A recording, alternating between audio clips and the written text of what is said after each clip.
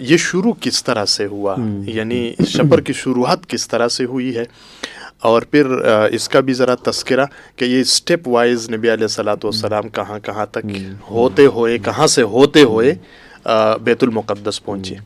اچھا، جو روایات میں آتا ہے وہ آپ صلی اللہ علیہ وسلم مکہ میں ایک جگہ تھے، ایک گھر میں سو رہے تھے، ایک جگہ تھے حتیم میں آرام فرما رہے تھے، صحیح، اور جبرائیل علیہ السلام آئے اور وہی پریکٹس ہوئی جو کہ آپ صلی اللہ علیہ وسلم کی 5 سال کی عمر میں شق صدر والی پریکٹس تھی، صحیح، اور آپ صلی اللہ علیہ وسلم کا سینہ مبارک چاک کیا، اس میں سے دل نکالا، اس کو زمزم سے دھویا، پھر براق پر آپ صلی اللہ علیہ وسلم کو بٹھایا اور سواری شروع کی۔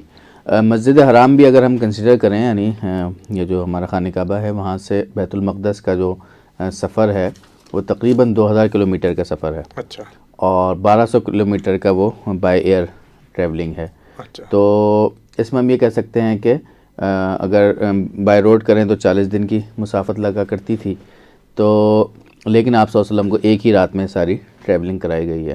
اس پہ بہت ڈسکشن ہے، سائنس نے بھی اس کو اب ثابت کر دیا ہے، اگر آپ لائٹ کی اسپیڈ سے ٹریولنگ کریں تو یہ سب کچھ ممکن ہے۔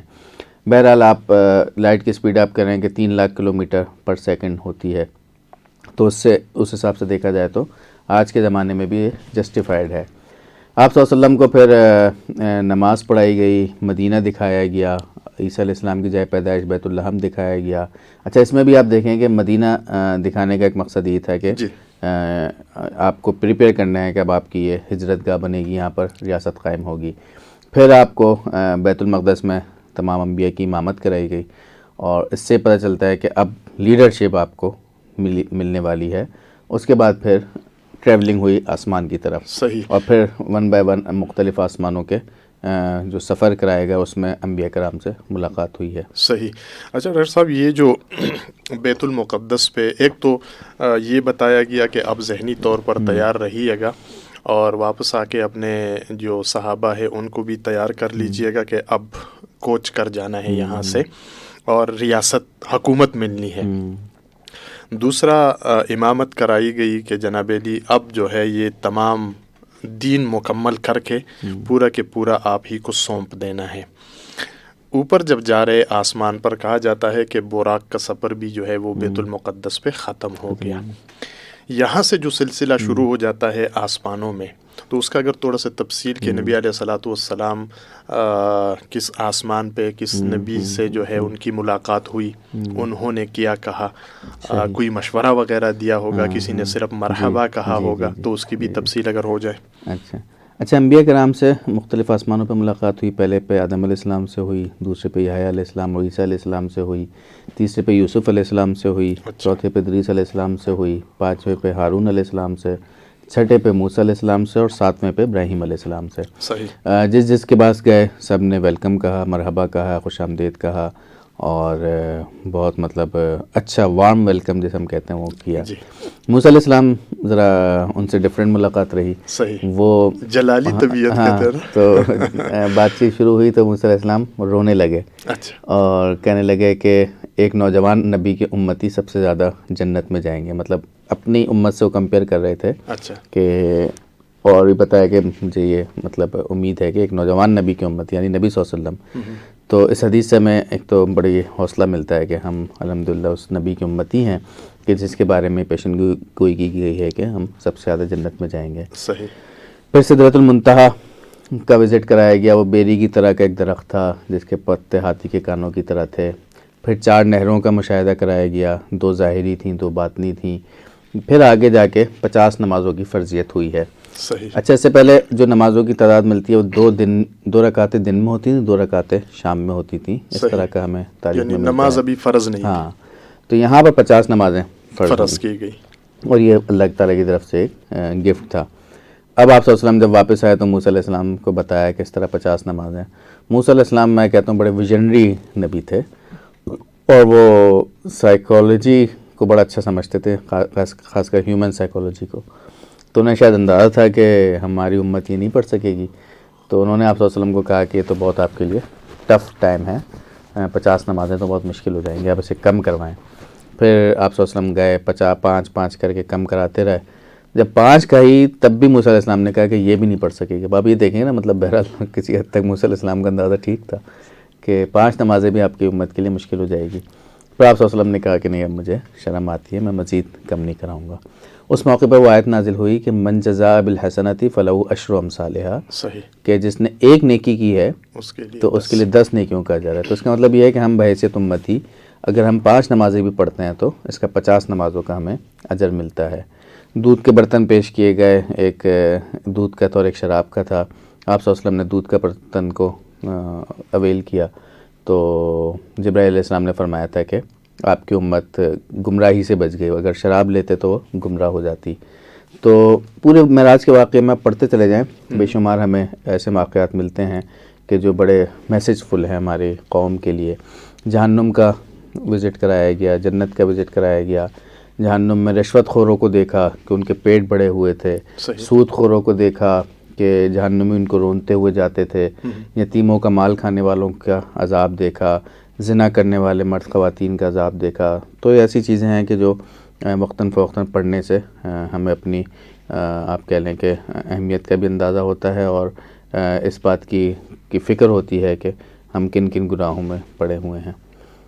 تو اس سے اجتناب جو ہے وہ کرنے کی ضرورت ہے. اچھا ڈاکٹر صاحب، یہ جو ساری چیزیں کہ ظاہر سی بات ہے جب نبی علیہ الصلوۃ والسلام کو عملی طور پر مشاہدہ کرایا گیا جنت کا بھی کہ یہ اعمال کرنے والے جنت میں جائیں گے، یہ اعمال کرنے والے اگر جہنم میں جائیں گے، لیکن ہر ایک کی سزا مختلف ہوگی. جس طرح شرابی کا الگ سزا، نماز نہ پڑھنے والی کی الگ، جو یتیم کا مال کھاتا ہے اس کی الگ سزائیں. تو یہ ایک مشاہدہ اور نبی علیہ الصلوۃ والسلام پھر وہ لوگوں کو بتاتے بھی رہے. واپسی پر ظاہر سی بات ہے یہ تو بہت ہی ایک یعنی انہونی ہے اس وقت بھی اور اب بھی انہونی. واپسی پر جب نبی علیہ الصلوۃ والسلام آئیں تو یہ واقعہ، اس واقعے کا تذکرہ انہوں نے کس سے کیا تھا؟ ظاہر سی بات ہے کسی کو تذکرہ کیا ہوگا تو تب جا کے یہ ساری چیزیں جو ہے وہ ہماری علم میں آئی ہے اور اللہ نے پھر وہی بھیجی ہے. تو اس کا تذکرہ نبی علیہ السلام، کیونکہ اس وقت تو بہت مشکل ہی کام تھا کیونکہ لا الہ الا اللہ کو لوگ نہیں مان رہے تھے. تو اب اس کو ماننا کہ میں یہاں سے بیت المقدس اور بیت المقدس سے پھر سدرۃ المنتہا اور پھر واپس جو ہے مکے آ گیا ہوں ایک رات میں، کسی کو پتہ ہی نہیں چلا. تو بہت مشکل تو تھا اس صورتحال میں. اور کس سے تذکرہ کیا تھا انہوں نے پہلے؟ اچھا، اس طرح کی باتیں چھپی تو نہیں رہ سکتی، مطلب بالکل انہونی سی بات تھی جیسے آپ نے کہا. تو مسلمانوں سے تذکرہ کیا اور پھر وہ بات پھیلتی چلی گئی، لوگوں نے اس کا مذاق بنانا شروع کر دیا. صحیح. تو اس میں اہم بات جو تھی وہ صدیق اکبر کا یقین اور ایمان تھا کہ جب ان سے کہا گیا کہ تمہارا نبی کہہ رہا ہے کہ ایک ہی رات میں یہاں سے بیت المقدس چلا گیا جو 40 دن کی مسافت پر ہے، وہاں سے پھر اس نے آسمانوں کی سیر کی، پھر واپس آ گیا اور اس کا بستر بھی گرم تھا اور رات کا وقت تھا، تو یہ کیسے ممکن ہے؟ صدیق اکبر نے کہا کہ اگر یہ محمد صلی اللہ علیہ وسلم نے بات کہی ہے تو پھر میں اس پر یقین رکھتا ہوں کہ یہ بالکل سچی بات ہے. پھر اچھا صرف یہی نہیں بلکہ انہوں نے امتحان لینا شروع کیے اور آپ صلی اللہ علیہ وسلم سے پوچھا کہ اچھا بیت المقدس آپ نے دیکھا ہے کیونکہ اس سے پہلے کبھی نہیں گئے تھے. صحیح. تو آپ ہمیں ذرا اس کی لوکیشن بتائیں. اچھا، یہ کپار نے جو ہے کپار مکہ نے انویسٹیگیٹ کرنا شروع کر دیا. انفراسٹرکچر بتائیں نا ذرا، وہ کتنی منزلہ ہے، کہاں پلر ہیں، کہاں سیڑھیاں ہیں، کہاں دروازے، کہاں کھڑکیاں ہیں. تو اللہ تعالیٰ نے آپ صلی اللہ علیہ وسلم کو ویژولائز کر دیا. صحیح. وہ سارا نا، مطلب یہ اس وقت کے لیے اہم چیز ہوگی، لیکن آج تو مطلب آپ کہہ لیں کہ ایک اسکرین دکھا دی کہ یہ چیزیں موجود ہیں. آپ صلی اللہ علیہ وسلم نے بتا دی تو ان میں سے جو بیت المقدس کا وزٹ کر چکا تھا وہ کہنے لگا کہ ہاں یار بات تو ٹھیک ہے، لیکن ظاہر سی بات ایمان نہیں لانا تھا. پھر آپ صلی اللہ علیہ وسلم نے یہ بھی بتایا کہ میں جب آ رہا تھا تو اہل مکہ کا قافلہ میں نے ایک دیکھا جو کہ تجارتی قافلہ تھا، ان کا اونٹ بھاگ گیا تھا. میں نے بتایا، نشاندہی کی کہ فلاں جگہ اونٹ ہے. میں نے ایک جگہ سے پانی پیا، پھر اس کو ڈھک کے رکھا. تو یہ ساری آپ صلی اللہ علیہ وسلم نے ان کو نشانیاں بتائیں، لیکن پھر بھی جو ایمان نہیں لانا تھا وہ ایمان نہیں لایا. صحیح. اچھا، ابو بکر صدیق رضی اللہ تعالیٰ عنہ تصدیق کے لیے نبی علیہ الصلوۃ والسلام کے پاس آئے تھے اور وہ مکالمہ ان کے درمیان؟ نہیں، نبی صلی اللہ علیہ وسلم کے پاس تو نہیں. ان سے لوگوں نے پوچھا، مشرکین مکہ نے. ہاں، تو انہوں نے کہا کہ ٹھیک ہے، اگر نبی صلی اللہ علیہ وسلم نے کہا تو بس ٹھیک ہے. صحیح. اتنا یقین، اتنا یعنی بس نبی علیہ الصلوۃ والسلام نے کہا ہے تو بس یہ ہے. تو کیا جو صدیق ان کو کہا جاتا ہے جی ہاں، اسی بنیاد پر تصدیق کرنے والا. صحیح. تو یہ لقب کس نے دیا تھا؟ ہاں، یہ تو نبی صلی اللہ علیہ وسلم کی طرف سے تصدیق کرنے والا. تصدیق کرنے والا جو ہے نبی علیہ الصلوۃ والسلام نے خود دے دیا تھا اس کو. جب معراج کے واقعے کا آج کے دور میں بھی اس وقت بھی اس کا جو امپیکٹ جو اثر سبق ہمارے لیے کیا ہے اس پہ؟ اچھا، ایک تو میں نے جیسے بتایا نا کہ یہ محض ایک موضوع نہیں تھا. موضوع کا مطلب یہ ہوتا ہے کہ جو یقین نہ آئے جس بات پر، تو بلکہ ایک پوری ٹریننگ سیشن تھی. تو آج کے لیے ہمارا سبق یہ ہے کہ اس ٹریننگ کے ذریعے سے نبی صلی اللہ علیہ وسلم نے جو ریاست اسٹیبلش کی ہے، جو ویلیوز بتائی ہیں دنیا کو، وہ ویلیوز پر عمل کیا جائے. اور یہ اس لیے ہے کہ سورہ بنی اسرائیل کا آغاز معراج کے واقعے سے ہوتا ہے، اور اس کے بعد لگاتار 2 رکوع آپ کہہ لیں کہ انہی ویلیوز پر مشتمل ہیں، جس کا آغاز یہاں سے ہوتا ہے توحید کا، جس میں تذکرہ ہے کہ شرک پر کوئی کمپرومائز نہیں، توحید ہونی چاہیے. توحید کے فوراً بعد اگر کوئی حکم ہے وہ احترام والدین، صحیح، رسپیکٹ آف پیرنٹس. صحیح. تو یہ جو بھی آڈینس ہے ہمارے جن کے والدین حیات ہیں ان کی رسپیکٹ کیجئے، جو گزر چکے ہیں ان کے لیے دعا کیجئے، ان کے رشتہ داروں کی رسپیکٹ کیجئے. صراط مستقیم تیسرا حکم تھا، ٹھیک ہے، سیدھے راستے پہ چلنا. چوتھا حکم مال کا جو تصور ہے، کنسیپٹ، وہ اسی آیت میں دیا گیا ہے، اور وہ مدینہ کے اندر آپ صلی اللہ علیہ وسلم نے اس کو امپلیمنٹ کیا کہ کس طرح فضول خرچی سے بچو. اور 5واں تصور یہ ہے کہ محروم مال لوگوں سے جو ڈیزرونگ ہیں ان سے نرمی کا برتاؤ کرو. مطلب آپ نہیں دے سکتے تو جھٹکو نہیں، دھتکارو نہیں، بلکہ نرمی سے کام لو. پھر ایک اور حکم ہے کہ میانہ روی. ہمارے یہاں یہ بڑا مسئلہ ہوتا ہے نا کہ کوئی مال خرچ کرنے پہ آتا ہے تو خرچ کیا جاتا ہے، کنجوسی کرنے پہ آتا ہے تو کنجوسی کیا جاتا ہے. تو بار بار قرآن میں کئی جگہ اس کا تذکرہ ہے کہ یار درمیانی راستہ. اب یہ آپ اپنے دل سے استفتی قلبک، اپنے دل سے آپ فتویٰ لیں کہ واقعی آپ میانہ روی پہ چل رہے ہیں یا نہیں چل رہے. تو اس کی مختلف مطلب آپ کی الماری میں کتنے کپڑے ہیں، آپ ریسٹورنٹ پہ کتنا خرچ کرتے ہیں، آپ آؤٹنگ پہ کتنا خرچ کرتے ہیں، تو یہ آپ اپنے اوپر فیصلہ کریں. تو میانہ روی بار بار صرف مال میں ہی نہیں، ہر چیز میں، آپ کے مزاج میں، آپ کی طبیعت میں، آپ کے انداز میں. پھر تقسیم رزق کا بتایا، قتل اولاد کی ممانعت کہ اولاد کو قتل نہ کرو. زنا کے حوالے سے بتایا کہ زنا کے دروازے تمام بند کر دیے گئے ہیں، اس کے قریب بھی نہ پٹکو. مطلب ایک تو ہوتا ہے نا، کرو بالکل قریب بھی نہ، کوئی ولگیرٹی کے قریب بھی نہ جاؤ. جان کا احترام، یہ تو ہمارا اسلام کے بڑے بنیادی بات ہے. یتیم کے مال کا احترام، کمٹمنٹ، ایفائے عہد کا اس میں تذکرہ ہے. ناپ تول میں کمی سے بچو، عدل کا کام لو، عدل سے کام لو. اور بدگمانی اور تجسس، اس کا بڑا اجتنبوا کثیرا من الظن، اور کبر و غرور سے اجتناب. تو یہ کوئی ویلیوز ہیں، کوئی 12-15 کہ جس میں آپ صلی اللہ علیہ وسلم کو سورہ بنی اسرائیل کے ذریعے سے بتایا گیا ہے کہ مدینہ اسٹیٹ میں آپ نے یہ ویلیوز امپلیمنٹ کرنی ہے. اور آج پورا واقعہ معراج ہم سب کے لیے پیغام یہ ہے کہ ان ویلیوز کو اپنی زندگی میں امپلیمنٹ کریں. صحیح. اچھا ڈاکٹر صاحب، نبی علیہ الصلاۃ والسلام معراج کے بعد کتنے عرصے تک مکے میں رہے؟ اور اس دوران ظاہر سی بات ہے صحابہ کرام رضوان اللہ تعالیٰ علیہم اجمعین بھی تجسس کرتے رہے، پوچھتے رہے ہیں کہ معراج کا جو واقعہ ہے اس کے بارے میں ان سے تفصیل لیتے رہے، یا نبی علیہ السلام خود بیان کرتے رہے ہیں کچھ؟ آپ صلی اللہ علیہ وسلم بیان کرتے تھے تاکہ مطمئن بھی رہیں لوگ. 2.5 سال تقریباً عرصہ بنتا ہے. نبوت کے 11ویں سال یہ واقعہ پیش آیا ہے، تو اس کے بعد 2.5 سال، 2.25 سال کا عرصہ ہے ہجرت سے پہلے کا. تو جس میں سمجھ لیں اب تیاری ہو رہی ہے بس اب ہجرت کی نا.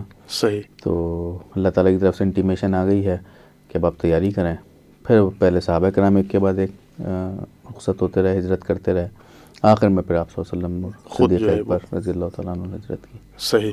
بہت شکریہ ڈاکٹر صاحب. یہ معراج کے واقعے پر تھوڑا سا جو ہے ہم نے آج گفتگو کی پروگرام میں، اور ظاہر سی بات ہے کہ واقعی معراج کے بعد جو ہے وہ جو سب سا اب یہ ہے کہ وہ آئین کے جو بنیادی نکات ہے وہ تو معراج میں نبی علیہ الصلاۃ والسلام کو دے دیے گئے، جو آپ نے بتا دیے ہیں کہ سورہ بنی اسرائیل میں بتا دیا کہ یہ جتنے بھی پوائنٹس نکات ہے کہ ان نکات کی بنیاد پر اب آپ نے ایک نئی ریاست کی بنیاد رکھنی ہے. تو اس کے بعد جو ہے وہ نبی علیہ الصلاۃ والسلام وہ مکہ سے مدینہ ہجرت کر جاتے ہیں. تو انشاءاللہ اگلے پروگرام میں پھر ہم ہجرتی مدینہ پہ بات کریں گے کہ مدینے کا جو ہجرت ہے یا جو سفر ہے وہ کس طرح سے شروع ہوا، اور نبی علیہ الصلاۃ والسلام جب مدینہ پہنچے تو مدینہ پہنچنے تک پہلا کام انہوں نے کس طرح سے کیا، اس ریاست کو جب انہوں نے قائم کی تو اس کے اندر یہ جو ویلیوز تھی اس کو امپلیمنٹ کرنے کے لیے نبی علیہ السلام نے طریقہ کار کیا، اپنایا۔ آپ کا بہت شکریہ ڈاکٹر صاحب۔ سامعین کرام، آپ پروگرام سن رہے تھے محمد صلی اللہ علیہ وآلہ وسلم پیدائش سے رحلت تک، اور آج کے پروگرام میں ہم نے شب معراج یعنی معراج کے واقعے کا تذکرہ کیا کہ جس میں نبی علیہ الصلاۃ والسلام مکے سے بیت المقدس درمیان میں کچھ مقامات میں وہ اسٹے کرتے رہیں، اور وہاں پر جبرائیل علیہ السلام جو ہے وہ رہنمائی کرتے رہیں، اس کے بارے میں بتاتے رہیں، اور پھر وہاں سے سدرۃ المنتہا اور پھر دوبارہ مکہ مکرمہ میں تشریف لانا، پھر لوگوں کو بتانا، لوگوں کا جو ہے، لیکن اس کا جو سب سے اہم ہے وہ یہ تھا کہ ایک تو یہ آئین اور دستور کے بنیادی نکات دے دیے گئے، اور دوسرا یہ تھا کہ ابو بکر صدیق رضی اللہ تعالیٰ عنہ کے جو الفاظ کہ سب لوگوں کا تو یہی تھا کہ ہم کہیں گے تو صدیق اکبر جو ہے وہ کچھ ہچکچائیں گے کہ یار یہ کیسے ممکن ہے، لیکن جو ڈاکٹر صاحب نے بات کی کہ انہوں نے کہا کہ اگر محمد الرسول اللہ صلی اللہ علیہ وسلم نے یہ بات فرمائی ہے تو پھر بات جو ہے وہ بالکل درست ہے۔ انشاءاللہ اگلے پروگرام میں ہجرت مدینہ پر بات کریں گے۔ اس پروگرام کو آپ کی سماعتوں تک پہنچا رہے تھے ہمارے اسٹوڈیو انجینئر واجد محمود صاحب۔ آپ سنتے رہیے گا رفاع FM 102.2۔ اصغر خان عسکری کو اجازت، اللہ نے کہبان۔